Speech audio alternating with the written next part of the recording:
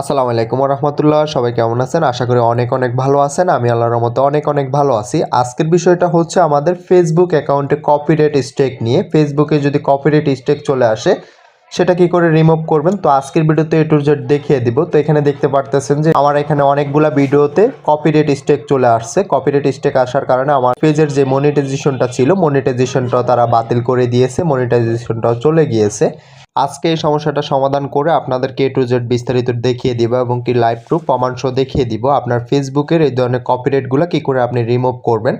আর আপনি যদি না পারেন আমাদের সাথে যোগাযোগ করতে পারেন, আমাদের সাথে যোগাযোগ করে ফেসবুকের যে কোনো সমস্যা আমাদের কাছ থেকে সমাধান করে নিতে পারবেন। তো তার জন্য কি করতে হবে, ডিসক্রিপশন হোয়াটসঅ্যাপ টেলিগ্রাম গ্রুপের লিঙ্ক পেয়ে যাবেন। আমাদের টেলিগ্রাম চ্যানেল রয়েছে, টেলিগ্রাম গ্রুপ রয়েছে এবং কি আমাদের নাম্বার দেওয়া আছে। সরাসরি আমাদের সাথে যোগাযোগ করে আপনার এই সমস্যাটা সমাধান করে নিতে পারবেন। ফেসবুক অ্যাকাউন্ট হ্যাক, ফেসবুকের সমস্যা, ফেসবুকের ওয়ার্নিং, ভিডিওর মূল পয়েন্টে আসা যাক। সর্বপ্রথম আমাদের যে পেজটা রয়েছে, যে অ্যাকাউন্টটা রয়েছে, এটা অরিজিনাল যে ফেসবুক অ্যাপস রয়েছে, ফেসবুক অ্যাপসে আমাদের অ্যাকাউন্টটা লগ ইন করে নিতে হবে। তো আমি আমার অ্যাকাউন্টটা লগ ইন করে নিলাম।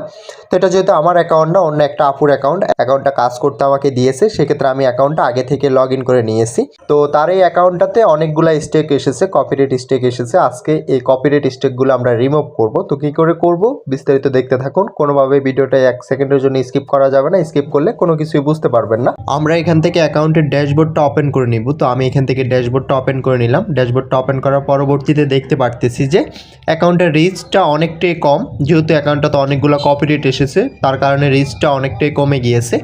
তো এখানে রিচটা দেখাচ্ছে এটা কয়েক মিলিয়ন ছিল, বর্তমান